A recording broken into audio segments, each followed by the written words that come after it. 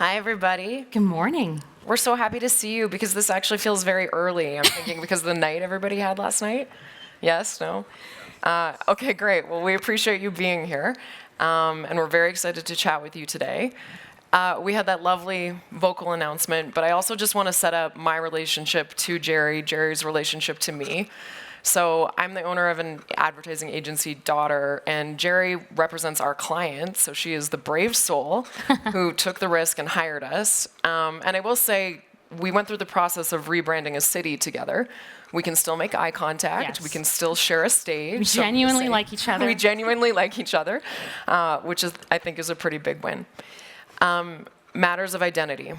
So we were tasked with creating a new brand for Calgary, which when you think about it is kind of a crazy ask. And for us, we've done a lot of big branding projects, but rebranding a city is an entirely different thing. That's 1.7 million people that need to see themselves in that brand. And we had a very complicated stakeholder environment. Also, identity is very complicated. If I think about even my identity as an individual and I have to tell you who I am in a few words or give myself a tagline, that feels next to impossible, let alone, let's say I have to tell Jerry who she is in a few words, also feels impossible. But this is something that we know. Brand identities, like individual identities, need to evolve. They need to be in flux. Who I was might not be able to get me to where I want to be. And that was the situation we were in with Calgary. We had a brand identity, but it wasn't going to be the identity that was going to take us to the future. And now I have some very scientific proof of the fact that brand identities, like individual identities, need to evolve. On the left, that's Jerry. And I actually feel like you kind of had your identity nailed from the beginning. Like, this is giving, I'm on a very important phone call, this better be important, which I like, and I think you held on to. Thank you. Me, on the other hand, I think brassy curled bangs and a hat. What we don't see here is that my smile is also covering braces. So anyways, identities need to evolve. Individual identities need to evolve. We need to let go of who we were, but we don't need to reject who we were. We bring what was working with us when we move forward. And Calgary was no exception. Now you get the clicker. I get the clicker. That's true. Calgary is no exception. And arguably, our identity has been changing since its inception. We were at one point everything under the sun. And then we became Canada's most progressive city for a while, which is ironic because, as you know, we've elected 44 years of Conservative government. Neither of those stuck. But what did end up sticking was we became known for being the Stampede City, so cowboys, the energy center of Canada, so oil and gas, and the mountains and cold. And we leaned into that, and it worked for a while. What our research showed was that people outside of Calgary did identify us with all those things. You know, we were a nod to the Olympics Winter Games. We were the Stampede City. Most recently, we were Be Part of the Energy, and nod to our energy sector, obviously. But what our research also showed was that Calgarians didn't see themselves quite in the same way. They didn't see themselves as this. We no longer look like this, thankfully. We actually are the third most diverse city in Canada. Calgary of today is really different than Calgary of 50 years ago, 20 years ago, hell, even 10 years ago. Our economy has diversified rapidly. As I said, we're the third most diverse city in Canada today. We're the top cities for venture capital investment. And so what we needed to do was we knew that we needed to create a brand that respected the past, that acknowledged where we were today, and that also beckoned to the future. So the brand needed to be inspirational and aspirational and authentic and all of those things and inclusive. So, no big deal. It was just a simple assignment. So us, Calgary Economic Development, along with our partners at the City of Calgary and Calgary Tourism, set out on what was now, I think, a 2.5-year journey to figure out what Calgary stood for today. So we talked a lot about, and it was great having a client that came to the table and understood that civic identity actually does matter. And we know this from lots of metrics. They get more economic investment, they get more tourism. There's also a greater sense of community belonging when a city has an identity that feels truly reflective. So we knew that, and then we wanted to look around and say, okay, well, who does this really well? Like, what cities are very well branded?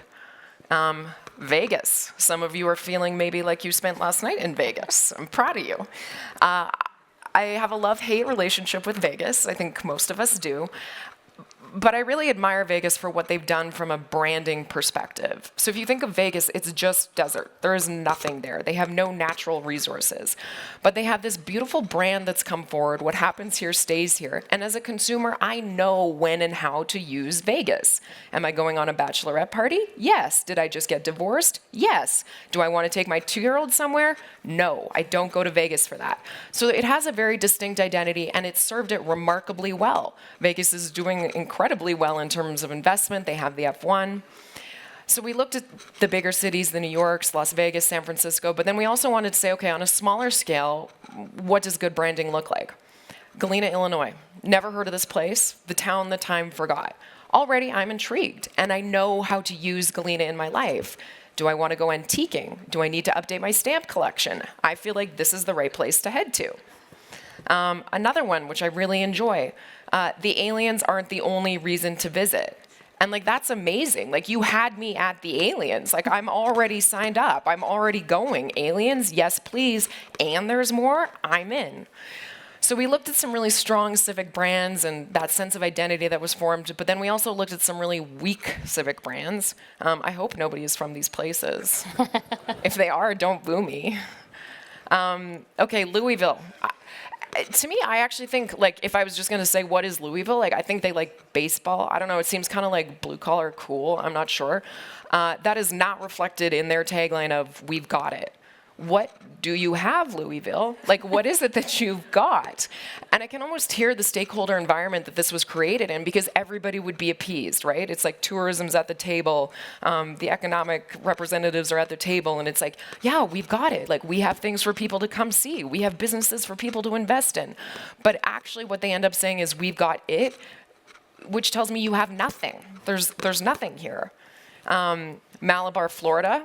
This is only the second worst. The most worst is coming next, where people care. I mean, I don't know about you guys, but I feel like I live in Calgary. People care. I've been to other cities. You guys are from other cities. People care everywhere. To me, this isn't ownable. And then my most favorite bad one, Lake Geneva, Wisconsin. It's always been the place. I feel like they just stopped halfway through. It's like there's like missing some words. Because even if they were like, it's always been the place for pancakes, I'm like, okay, yeah, I'd take a trip. Like, I like pancakes. That sounds good. I know what to do. I'm going to open a pancake house. Anyway, so you can feel how these strong brands are differentiated. I really get how to use them in my life. And then these weak brands fall into this danger zone of branding where it's this milquetoast pablum and you're not really standing for anything. So now, Jerry's going to say about how we got to Calgary's. So we've seen good brands and we've seen weak brands. And tackling a civic brand is not for the faint of heart. You know, yesterday, Chris talked to us about when the M&M character changed from sexy boots to sneakers and what an outcry there was. So imagine tackling a city brand. People love their cities. Sometimes they hate their cities, but they sure as hell have opinions about their cities. They've chosen to build families and put down roots and make careers. Sometimes, a lot of the time, a city identity is actually intertwined in your own identity. So we knew that. We knew that there were going to be Calgarians that felt really seen in the previous brands. And I mean, as Steph said, you know, I am still that ornery and grumpy kid. But luckily, that's not all I am. And we are still the energy capital of the country. But luckily, that alone doesn't define us. So what we did is 2.5 years ago, we set out to find out what this story is. And we knew that we couldn't invent it.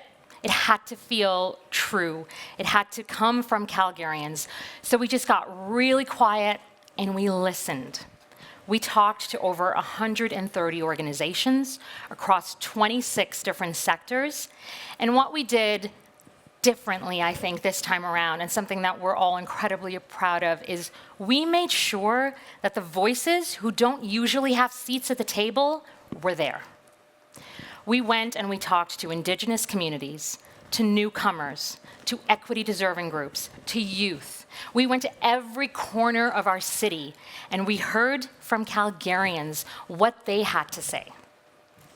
And luckily for us, some themes emerged really, really, really clearly. So first was our product truth, that we have more blue sky days than any other city in Canada, 333 to be exact. And don't get me wrong, of course we have cloudy days and stormy skies, but we always return to those blue skies. And that felt really true to us from a product standpoint and from a metaphorical standpoint. The second was that we all share the same big blue sky, and it can be a great equalizer. You know, it doesn't differentiate between gender and ethnicity and strata of society you come from and sexual orientation, and we are also a city grappling with a lot of complicated and layered and nuanced social issues, and we don't have any of the answers by far, but the sky was that potential. It reminds us that we all belong. And the third, which was probably most relevant for the room, was that Calgary is a place of unexpected possibilities. Calgary has gone from what is a Calgary, to being on the map in some really significant ways that I've mentioned. You know, we're the city that actually, we lean in, we help our neighbors, we pay it forward, we're grit. That came up time and time again. We will have that coffee with a relative newcomer. I am testament to that, Calgary. And so from these three truths, the product truth, the human truth, and the cultural truth, what we found was that we are a place, so Calgary was built on the confluence of the Bow and the river. Calgary is a place where ideas and peoples and cultures and lands and rivers come together to forge unexpected possibilities. And from all of this, from all of these themes that we heard, all the engagement we did, we distilled it down to one simple message, that Calgary is the blue sky city. So once we knew Calgary was the blue sky city, then we had the task of, okay, we have this brand strategy. We have this idea for the brand. How do we bring it to life? So I'll talk you guys through what we did from a visual identity standpoint and then a verbal identity standpoint. And this was interesting from the get-go because if you think about it, taxpayer dollars are what funded this. So who does this brand belong to? Normally the brand is owned by somebody. In our case, the brand is owned by everybody. You want to put Blue Sky City on a t-shirt, sell it for $200, be my guest. WestJet, you're in the room, you want to put that on a plane? Yes, please. So, and this is a bit counterintuitive for somebody who works in branding. I like those 200-page decks of do's and don'ts, and this must be your photo, and this is exactly how it had to be used. But we knew that wouldn't work because we needed this brand to be adopted by 1.7 million people. So we knew it had to be a playbook, not a rule book. The visual identity really speaks to that human truth of we all belong. So beadwork was the inspiration for it. Beadwork has shown up in every culture, all of the cultures. Prehistoric people were making little necklaces and stuff out of bits of bone and berries. And the beautiful thing about beads is each one is unique and individual, like people, different shapes, different sizes, different colors. But the real magic of beads is when you put them together. It's what they can create together. So that was the underpinning for the visual identity. Color was also very important and very controversial. We were a red city with a tagline that said we're the blue sky city. All of our, the Saddle Dome, the Calgary Tower, our sports teams, the Peace Bridge, were all in Calgary red.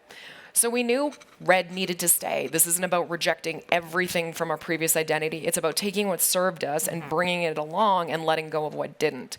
Also blue. We knew blue needed to be part of the color palette. And then yellow. These are the primary colors. These are the colors of possibility. These are the colors that create all of the other colors. And you can see how this brand comes together. It needed to be playful. It needed to be iterative. You can see some of the language starting to come through. Lift your eyes. Merch, obviously very important. If you see these beautiful little yellow pins, Jill over here in the front row is handing them out to anybody and everyone. I've seen them out in the wild already. I hope some of you are rocking them. Anyways, Blue Sky City. Yeah, so a very versatile identity that could be adopted on everything from frisbees to annual reports to postcards. We have these beautiful stickers. Businesses can rep the brand. Whoops, I'm going to go back for a second. So now I'm going to talk about the verbal identity. We call this a rallying cry. For us, it's if the soul of the brand could speak, what are the words that it would say to us? I do not want to be judged on the production value of this video because we didn't put any money to it. This was really just for internal use for us to be able to start to feel what does this brand sound like. And I really hope the video works. Fingers crossed. Oh, it does. Like most of the people who walk this planet, we also live with our eyes toward the earth. Gray pavement, fingers darting across small screens, entranced by the rhythms of our lives. But if you're lucky enough to call this place home, even for a day or two, you'll notice how often it asks you to lift your gaze. Sunshine will strike. The vast air above will simply beckon. Look up. Raise your chin. Bring your eyes to meet the sky. The sky is the place we've always found our answers. Since the feet of the first peoples found themselves here, lives have converged to create a place that hums with energy, excitement, and limitless potential. Because when you stand under our skies and ask, is it possible? The blue hues answer, anything is. And when we wonder, do we truly belong? Our skies tell us, you all do. This is the Blue Sky City.